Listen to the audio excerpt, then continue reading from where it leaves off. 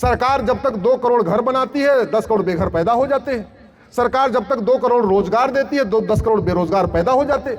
जब भारत की जनसंख्या 40 करोड़ थी तो 4 करोड़ लोग गरीबी रेखा के नीचे थे, 4 करोड़ लोगों को मुफ्त में राशन देना पड़ रहा था। अभी जनसंख्या 145 करोड़ है और 84 करोड़ लोगों को मुफ्त में राशन देना पड़ रहा है। पहले 10 करोड़ लोगों को देना 10% लोगों को देना पड़ रहा था, अभी 60% लोगों को देना पड़ रहा है। ये गरीबी बढ़ रही घट रही, जोर से बताइए भैया। हम कुछ नहीं करें, आप ही को बताना, बढ़ रही घट रही है। अच्छा चलो ठीक है, बढ़ती जाएगी बढ़ती जाएगी। आपके बाराबंकी का ग्राउंड लेवल नीचे गया कि नहीं गया? गया कि नहीं गया? पहले 40 फीट पे पानी मिलता होगा, अभी 150 फीट पहुंच गया होगा। एक बात याद रखना, 300 फीट के नीचे पानी होता ही नहीं। तो 40 फीट से 150 फीट पहुंच गया। चलो 25 साल और पानी पी लो, 25 साल जो करना है और कर लो। उसके बाद कहां से पानी आएगा? लखनऊ वाला तो पहले सूख जाएगा पानी। कहां से लाओगे पानी? 800 जिलों में से 50 जिलों में पानी खत्म हो चुका है। क्यों? पीने वाले बहुत हैं। जमीन से जहर निकल रहा है, कैंसर हो रहा है। क्यों? क्योंकि गेहूं जहर हो चुका है। डायबिटीज हो रही है। क्यों? क्योंकि बिना खाद के कोई फसल नहीं पैदा हो रही है।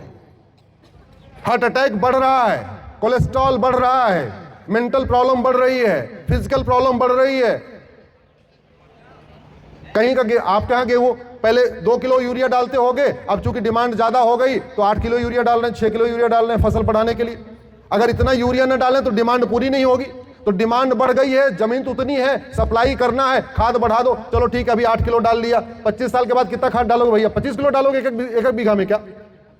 इसलिए कहता हूं इसकी जरूरत हमें पूरी करना पड़ेगा। अब समय आ चुका है, हम दो हमारे दो लागू किया जाए और जो ना माने उसकी नागरिकता खत्म किया जाए। इसके अलावा और कोई तरीका नहीं। अच्छा आप जरा सोचो, आज की डेट में एक KGMC डॉक्टर की बड़ी कहानियां आ रही है कि नहीं आ रही? अखबारों में पढ़ रहे, यहां से लखनऊ। अब सोचो एक पढ़ा लिखा डॉक्टर, समझदार डॉक्टर, कहते हैं पढ़ने लिखने के बाद समझदारी आ जाती है, और वो डॉक्टरी नहीं कर रहा है, कुछ और ही कर रहा है। कहां से वो सोच आ रही है? कौन ब्रेन वॉश कर रहा है? चलो ये वाला कम से कम किसी को मार तो नहीं रहा था। अभी तो 400 डॉक्टर राडार पे हैं, उसमें एक तो जाके चांदनी चौक में फट गया। जो किताब डॉक्टर को आतंकवादी बना दे, जो किताब प्रोफेसर को आतंकवादी बना दे, जो किताब लेक्चरर को आतंकवादी बना दे, जो किताब अच्छे खासे समझदार लोगों को आतंकवादी बना दे, वो किताब हमारे स्कूल में बच्चों को पढ़ाई जा रही कि नहीं पढ़ाई जा रही? जोर से बोलिए जरा। ऐसे किताब पढ़ाने वाले स्कूल 3 लाख हैं, 3 लाख। मुगल मात्र 1000 स्कूल खोल के गए थे। 1950 के बाद वाले मुगलों ने 3 लाख खुलवा दिया। ये किताब इस स्कूल से, अब आप कल्पना करो कि वो डॉक्टर जाके चांदनी चौक में फटा, तो जो डॉक्टर नहीं बन पा रहे हैं वो कहां फटेंगे? किसी दिन आपके बाराबंकी वाले बाजार में आके फट जाएंगे, क्या करोगे? फट सकते हैं, नहीं फट सकते? कोई फिक्स है कि वहीं जाके चांदनी चौक में फटेंगे? इधर भी फट सकते हैं। मां के पेट में सब भ्रूण होते हैं, मां के पेट में सब बच्चे होते हैं। पैदा होने के बाद यह तय होता है वो वसुधैव कुटुंबकम को मानेगा या एकोहम द्वितीयो नास्ति को मानेगा। पैदा होने के बाद इस बात उसकी सोच, उसका कल्चर इस बात पे डिपेंड करता है उसको पढ़ाया क्या जा रहा है। इसलिए भारत की पहली आवश्यकता यह है कि और लोग डॉक्टर आतंकवादी बने, और प्रोफेसर अफजल गुरु आतंकवादी बन जाए, और कोई साइंटिस्ट आतंकवादी हो जाए, और कोई रिसर्च करने वाला आतंकवादी हो जाए। उससे पहले पहले भारत में यूनिफॉर्म एजुकेशन सिस्टम लागू कर दिया जाए। ज्यादा नहीं तो कम से कम 10वीं तक लागू कर दिया जाए कि 16 वर्ष तक के सभी बच्चों की एक ही किताब होगी, 16 वर्ष तक के सभी बच्चे एक ही किताब पढ़ेंगे, और वो केवल और केवल भारतीय ग्रंथों को पढ़ेंगे। हमारी वैदिक गुरुकुल शिक्षा व्यवस्था विलुप्त होती जा रही है। बस कुछ लोग प्राइवेट अपने गुरुकुल चला रहे हैं, लेकिन अब यह निर्णय करना पड़ेगा कि भारत में वही स्कूल खोलने चाहिए जो सर्वमंगल मांगल्य सिखाते हैं, सर्वे भवंतु सुखिनः सिखाते हैं, सर्वधर्म संभाव सिखाते हैं, वसुधैव कुटुंबकम सिखाते हैं, नारी तू नारायणी सिखाते हैं, जननी जन्मभूमिश्च सिखाते हैं, या वो स्कूल चलने चाहिए जहां यह सिखाया जा रहा है कि बलात्कार करना उतना गंभीर अपराध नहीं है, मूर्ति पूजा करना ज्यादा गंभीर अपराध है। अभी एक बयान आया, आपने सुना होगा, वीडियो वायरल हो रहा है, उसे पूछा गया, पब्लिकली बोल दिया, आप ये बताइए मूर्ति पूजा ज्यादा गंभीर अपराध है कि बलात्कार? उसने बोला मूर्ति पूजा। आप में से कितने लोग मूर्ति पूजा करते, जरा हाथ उठाइए जरा, सब लोग। तो इसका मतलब आप लोग बलात्कार से भी ज्यादा जघन्य अपराध कर रहे हैं। ये मैं नहीं कह रहा हूं, एक किताब कह रही है। ये खतरा बढ़ रहा है कि घट रहा है? स्कूलों की संख्या बढ़ रही कि घट रही है?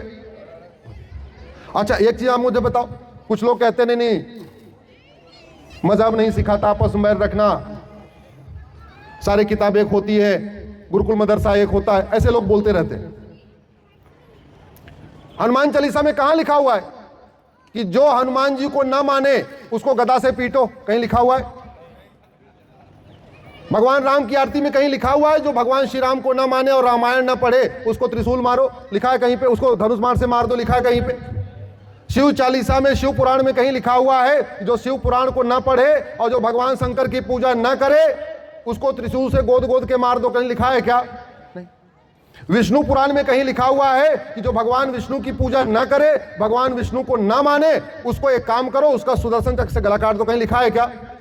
भगवत गीता में कहीं लिखा हुआ है कि जो भगवत गीता को ना माने, भगवान कृष्ण को ना माने, उसका गला काट दो? कहीं लिखा है क्या? जोर से बोलो जरा। कहीं आपके दुर्गा सप्तशती में लिखा हुआ है कि जो मां दुर्गा को ना माने, दुर्गा सप्तशती को ना माने, एक काम करो, उसका गला काट दो? कहीं लिखा हुआ है क्या? लेकिन ऐसी कुछ किताबें तो हैं जहां लिखा हुआ है कि जो उस किताब को ना माने, उस किताब में लिखी हुई बात को ना माने, उसका गला काटना भी अपराध नहीं है। लिखा है कि नहीं लिखा है? कितने लोगों को पता? जरा हाथ उठाओ। इतना जानने के बाद भी शांत होकर बैठे, बोले ठीक है लिखा है तो लिखा है, गला कटेगा तो कटेगा। अरे अपनी नहीं, कम से कम अपने बच्चों की सोचो, अपनी नहीं तो अपने नाती पोती की सोचो। यह सोचने का विषय है कि नहीं है? इस पर चिंतन होना चाहिए कि नहीं होना चाहिए? चिंतन कौन करेगा? जोर से बोलिए जरा। वो विधायक जी कहां चले गए? उनको चिंतन कराना था, उनको विधानसभा में उठवाना था तो चले गए। कोई बात नहीं, चले गए तो आप लोग उनके घर पहुंच जाना एक दिन, उनको चिंतन करवाना। उठना चाहिए। आंख बंद करके समस्या का समाधान नहीं होता। एक बात याद रखिए, हमारी संस्कृति को बचाने के लिए गुरु तेग बहादुर जी ने अपना शीश कटवाया है। सनातन धर्म की रक्षा के लिए गुरु गोविंद सिंह जी का पूरा परिवार बलिदान हुआ है। सनातन धर्म की रक्षा के लिए भाई मतीदास, भाई सतीदास, भाई दयाला जी को तड़पा तड़पा के मारा गया। सनातन धर्म की रक्षा के लिए हमारे बंदा बहादुर को तड़पा तड़पा के मारा गया। सनातन धर्म की रक्षा के लिए हमारे पूर्वजों ने जजिया दिया, टैक्स दिया, युद्ध किया, अपमान झेला, और हम केवल पार्षद बनने के लिए, प्रधान बनने के लिए, विधायक बनने के लिए, सांसद बनने के लिए अगर पार्टियों के गुलाम हो चुके हैं तो धिक्कार है।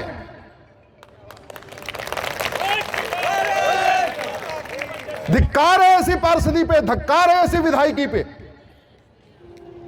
इस बात को हमें जन जन तक पहुंचाना है, जन जन तक पहुंचाना है। व्हाट्सएप के माध्यम से, फेसबुक के माध्यम से, इंस्टाग्राम के माध्यम से, जैसे यूट्यूब के माध्यम से, जैसे भी पहुंचा सकते हैं, इसको जन जन तक पहुंचाने की जरूरत है। हमारे पूर्वजों ने असंख्य बलिदान किया था। अगर आज मैं ब्राह्मण हूं उसमें मेरा कोई योगदान नहीं, हमारे पूर्वजों का योगदान है।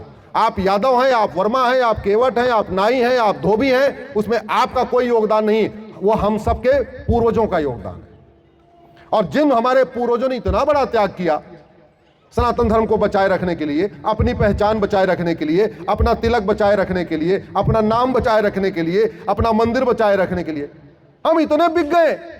किसी पार्टी में एक छोटा सा पद पाने के लिए हम कुछ भी स्वीकार कर ले रहे हैं। किसी पार्टी में एक छोटा सा पद पाने के लिए जबरदस्ती झूठ बोल रहे हैं, मजहब नहीं सिखाता आपस में बैर रखना। न बाइबल कुरान पढ़ा, न वेद पुराण पढ़ा, और झूठ बोल रहे हैं बाइबल कुरान वेद पुराण एक समान है।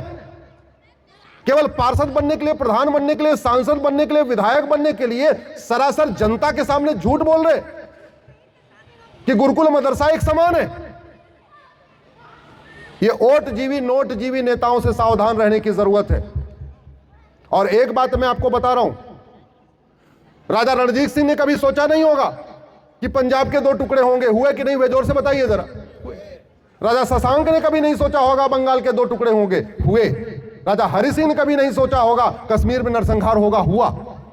हमारे पूर्वजों ने कभी नहीं सोचा होगा स्वतंत्रता संग्राम सेनानियों ने कि देश का विभाजन होगा। हुआ। और वर्तमान समय में भी 28 राज्य हैं, 8 केंद्र शासित प्रदेश हैं, टोटल हो गए 36। 36 में से 9 राज्यों की डेमोग्राफी बदल चुकी है। भारत में 800 जिले हैं, उसमें से 200 जिलों की डेमोग्राफी बदल चुकी है। भारत में 6000 तहसीलें हैं, उसमें से 1500 तहसीलों की डेमोग्राफी बदल गई है। यानी 25% राज्यों की, 25% जिलों की, 25% तहसीलों की डेमोग्राफी बदल गई।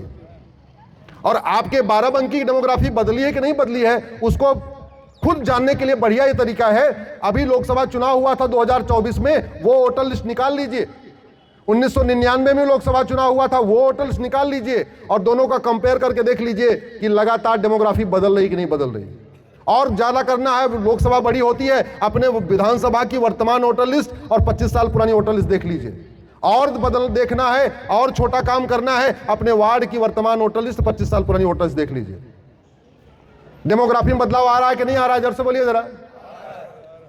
तो ये गांधीवाद, अंबेडकरवाद, समाजवाद, लोहियावाद, पेरियारवाद, ये जो दुनिया भर की बतौलेबाजी होती है, ये बतौलेबाजी करने से डेमोग्राफी में बदलाव रुकेगा क्या?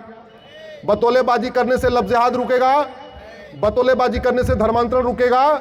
बतौलेबाजी करने से रोहिंग्या भाग जाएंगे? बतौलेबाजी करने से बांग्लादेशी भाग जाएंगे? बतौलेबाजी करने से जनसंख्या विस्फोट रुकेगा? तो क्या करने से रुकेगा?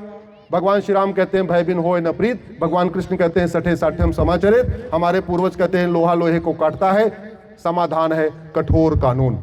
और इन्हीं कानूनों के लिए मैं सुप्रीम कोर्ट में लड़ता हूं। मंडे टू फ्राइडे वहां रहता हूं, सैटरडे संडे आपके बीच में रहता हूं। नियमित हमने यही काम शुरू किया हुआ है। और लास्ट में एक बात बता देता हूं, जिन नेताओं के भरोसे आप बैठे हुए हैं, आपसे मतलब आपकी बात नहीं, आप तो कुछ हैं, वीडियो तो 10 करोड़ लोग देखेंगे ना, अपने दिल पे बात मत लेना। जिन नेताओं के भरोसे आप बैठे हुए हैं, ये 25 साल के बाद आपका मकान दुकान बचाने नहीं आएंगे। ये 25 साल के बाद आपका खेत खलिहान बचाने नहीं आएंगे। बांग्लादेश में संसद भी है, सुप्रीम कोर्ट भी है, बांग्लादेश में सेना भी है, पुलिस भी है, बांग्लादेश में हाई कोर्ट भी है, संविधान भी है, बांग्लादेश में राष्ट्रपति भी है, प्रधानमंत्री भी है। बांग्लादेश के जो इस समय नरसंहार चल रहा है उसमें कोई किसी को बचाने आ रहा है क्या? जोर से बोलिए जरा। 1947 में विभाजन के समय किसी ने किसी को बचाया था क्या? जोर से बोलिए। इंद्र कुमार गुजराल साहब सबसे पहले भाग के आए थे, मनमोहन सिंह जी सबसे पहले भाग के आए थे, जेठमलानी जी सबसे पहले भाग के आए थे, राज कपूर सबसे पहले भागे, पृथ्वीराज कपूर सबसे पहले भागे, देवानंद सबसे पहले भागे, सुनील दत्त सबसे पहले भागे, अमरीश पुरी पहले भागे, प्रेम चोपड़ा पहले भागे। गलतफहमी मत रहना, किसी के भरोसे बैठे हो तो बहुत बड़ी गलतफहमी है। लेकिन जिन कानूनों की बात मैं कर रहा हूं, अगर ये अभी बन गए तो 25 साल तो छोड़िए, आपकी 25 पीढ़ियां सुरक्षित रहेंगी, ये मैं गारंटी देता हूं। इसलिए डेमोग्राफी में जो बदलाव आ रहा है हमारे लिए बहुत खतरा है। घटेंगे तो कटेंगे, जहां जहां घटे वहां वहां कटे, जब जब घटे तब तब कटे, और घटने का सिलसिला लगातार चल रहा है। ये जो घट रहे हैं लफ्ज़-ए-जिहाद के कारण, घट रहे हैं लैंड-जिहाद के कारण, घट रहे हैं धर्मांतरण के कारण, घट रहे हैं घुसपैठ के कारण, घट रहे हैं जनसंख्या विस्फोट के कारण। और इसका समाधान तू मैं आरोप प्रत्यारोप, नूरा कुश्ती, बतौलेबाजी, तू चोर मैं सिपाही, टीवी की डिबेट, अखबार के आर्टिकल से नहीं होगा।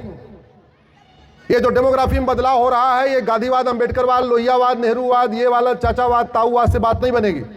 समाधान केवल एक ही है, भारत के संविधान में लिखी हुई हर एक चीज को लागू किया जाए। जो न बाइबल से न कुरान से भारत चलेगा। बोले भारत माता की, भारत माता की। मुझे